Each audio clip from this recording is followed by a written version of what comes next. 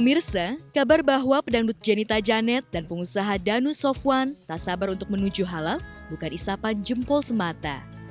Siang ini, kabarnya mereka akan meresmikan hubungan secara sah menurut agama dan hukum negara di Bandung, Jawa Barat. Undangan resepsi pernikahan Janet dengan CEO perusahaan kuliner itu sudah menyebar di kalangan selebriti dan awak media sejak kemarin lusa. Dua sejoli itu akan menikah di sebuah hotel berbintang dengan konsep outdoor.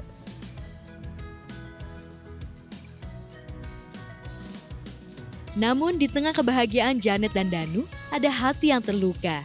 Faktanya, Alif Hedi Nur Maulid, mantan suami Janet, belum rela melihat mantan istrinya berbahagia. Faktanya di Instagramnya, Alif menulis caption yang bernada frustasi. Apa ini rasanya patah hati? Kau buat cinta suciku jadi benci. Tak hanya itu, Alif juga menulis caption yang terkesan menyindir kesetiaan Janet saat menjadi istrinya.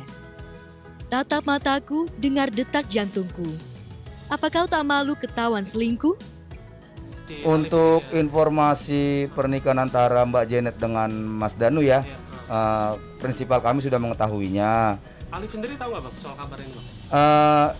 Alhamdulillah Alif mengetahuinya. Diundang apa? Nah itu saya belum tahu, diundang apa tidak diundangnya, saya tidak berani berstatement ya, takutnya nanti salah. Tapi ada kecurigaan nggak sih dari Mas Alif sendiri, Janita Janet itu sudah pacaran sebelum kalian bercerai, Mas? Malah diinjak-injak seperti ini, jadi tolong akhiri aja dramanya seperti ini. Silakan kamu mau bahagia dengan orang lain, silakan, saya nggak akan melarang. Itu kan kebahagiaan yang ingin selalu kamu ucapkan, selalu ingin kamu inginkan gitu lah, kebahagiaan itu. Ya silakan, saya nggak akan melarang. Itu memang hak kamu, gitu. Kamu bahagia dengan siapapun, cuma tolong ketika kamu bahagia jangan dengan orang lain, apalagi orang yang sangat berjasa di hidup kamu. Ya, meski di tengah panasnya perseteruan Janet versus Alif dalam memperebutkan harta Gonogini, isu orang ketiga yang merusak rumah tangga mereka menggelinding bak bola liar. Jadi persidangan hari ini ditunda tanggal 8 Desember 2020. Masih agenda yang sama, itu bukti surat dan saksi dari pihak Mas Alif. Seperti itu. Ini bukti melengkapi ya, bukti-bukti yang sudah kami ajukan di persidangan sebelumnya.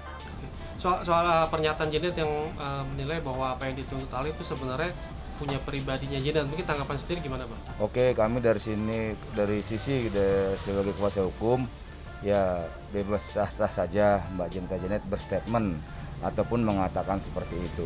Tetapi menurut kompilasi hukum Islam, sekali lagi di sini saya tegaskan bahwa mantan suami ataupun mantan istri berhak atas harta bersama dengan bagian dibagi sama rata.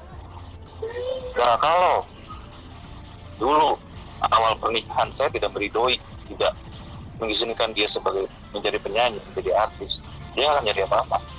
Kamu kerja kerasnya segini, saya kerja segitu, uang saya segini, uang asramu segitu, nggak usah jauh-jauh. Dulu waktu awal nikah, kalau saya tidak meridoi, kalau saya tidak menjual semua aset saya demi hidup kita di Jakarta, awal karir gitu, saya jual drum, saya jual apapun yang saya punya gitu, agar kita bisa bertahan di Jakarta demi kejar cita-citanya dia gitu, dan saya pun tinggalin kerjaan juga yang di Bandung. Jadi kalau saya tidak ikhlas, tidak ridho, Allah tidak akan ngasih rezeki seperti ini. Tapi Janet dan Danu seolah tak ambil pusing. Saat diwawancarai MNC Media, mereka menolak bicara ke belakang atau masa lalu.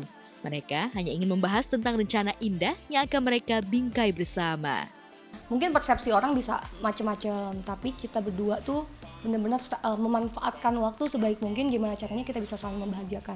Jadi kita nggak dengar tuh kata-kata orang lain, yang penting apa yang saya lihat ya itulah dia, apa yang dia lihat ya itulah aku gitu. Jadi kita berdua memang harus mendengar dari kanan kiri sebagai sebagai bahan pertimbangan, tapi tetap untuk realnya kita masing-masing saling fokus terhadap pasangan kita masing-masing gitu. Memang kita dari awal tuh udah komitmen dan kita nggak mau buang-buang energi negatif, nggak mau buang-buang energi untuk sesuatu yang negatif. Jadi kita fokusnya ya kita saling bahagia dan membahagiakan, fokus ke hal-hal positif, fokus ke orang-orang, teman-teman, sahabat-sahabat, keluarga yang mendoakan, karena segala sesuatu itu pasti berbalik. Bagi Danu, isu dirinya menjadi orang ketiga yang merusak rumah tangga orang lain bukanlah berita yang membuatnya panik. Pasalnya 2 tahun lalu, ia juga pernah diisukan menjadi penyebab perceraian Robby Satria alias Robby Geisha dengan istrinya Cinta Ratu Nansha. Cinta Ratu sempat heboh dikabarkan menjalin kemesraan dengan Danu. Danu pun sempat mengklarifikasi bahwa foto mesra dirinya dengan Cinta Ratu adalah foto lama saat Cinta belum nikah dengan Robby. Isu pun akhirnya menguap begitu saja ketika Danu memperlihatkan keharmonisan rumah tangganya dengan pengusaha Nunu El Hasbu. Hanya saja tak sampai setahun setelah pamer keharmonisan rumah tangganya dengan Nunu, Danu tiba-tiba saja dikabarkan menjadi pacar Jenita Janet. Netizen yang kepo parah sempat penasaran karena tak bisa melacak kapan perceraian Danu dan Nunu. Apakah perceraian mereka juga dipicu oleh kehadiran orang ketiga? Yang pasti, saat Danu dan Janet mengabarkan tanggal pernikahan mereka, Nunu curhat di akun Instagramnya. Ia menulis kalimat, "Ada yang bahagia memulai kehidupan barunya. Lalu, kusampaikan kebahagiaanku melihatnya bahagia. Hal terbaik mencintai, melihatnya bahagia walau bukan dengan aku di sisinya. Bukannya aku sudah berhasil membuatnya bahagia?"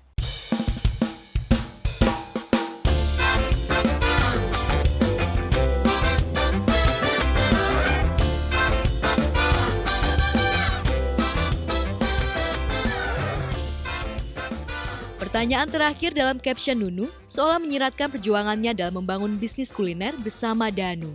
Tapi seperti curahan hatinya, ia seolah rela melihat Danu bahagia bersama Janet. Lantas bagaimana Danu dan Janet memandang masa lalu dan pernikahan pertama mereka yang syarat konflik? Jadi biarkanlah orang lain yang menilai, dan aku tipe orang yang jujur, aku nggak selalu menjauhi permasalahan, selalu tahu diri gitu loh. Oh, aku kalau ngelakuin kayak gini pasti orang seperti ini. Jadi kalau dalam bersikap aku lebih berhati-hati malah. Jadi dia pun akhirnya tahu sendiri. Tapi aku tipe orang yang memang pejuang banget. Kalau aku meyakini sesuatu, aku harus bertahan, harus bisa sampai dapet gitu. Aku kayak gitu. Dan tapi aku karena tahu diri, aku harus bisa membedakan antara memperjuangkan sama memaksakan. Kalau misalnya ada sesuatu yang aku perjuangkan tapi dia tidak berbalik kepada saya, misalnya tidak ada feedback, berarti itu otomatis memaksakan. Jadi akhirnya biasanya aku tahu diri, aku mending leave aja. Sama-sama pernah gagal, Janet dan Danu tentu saja tak mau gagal 2 kali. Meski masa penjajakan dan pacaran mereka tak sampai setahun, toh keduanya sudah saling mengenal kelemahan dan kelebihan masing-masing. Dan balik lagi, untuk bisa menerima satu sama lain tuh itu kita nggak mudah. Ada beberapa bulan, beberapa waktu yang memang kita mesti belajar. Aku belajar tentang dia, dia pun belajar tentang aku. Jadi buat para netizen pemirsa ini untuk bisa menggabungkan dua hati yang pernah gagal ini nggak mudah sama sekali. Kita berdua sama-sama trauma. Udah saling tahu nih, dari awal nih kita udah komit nih.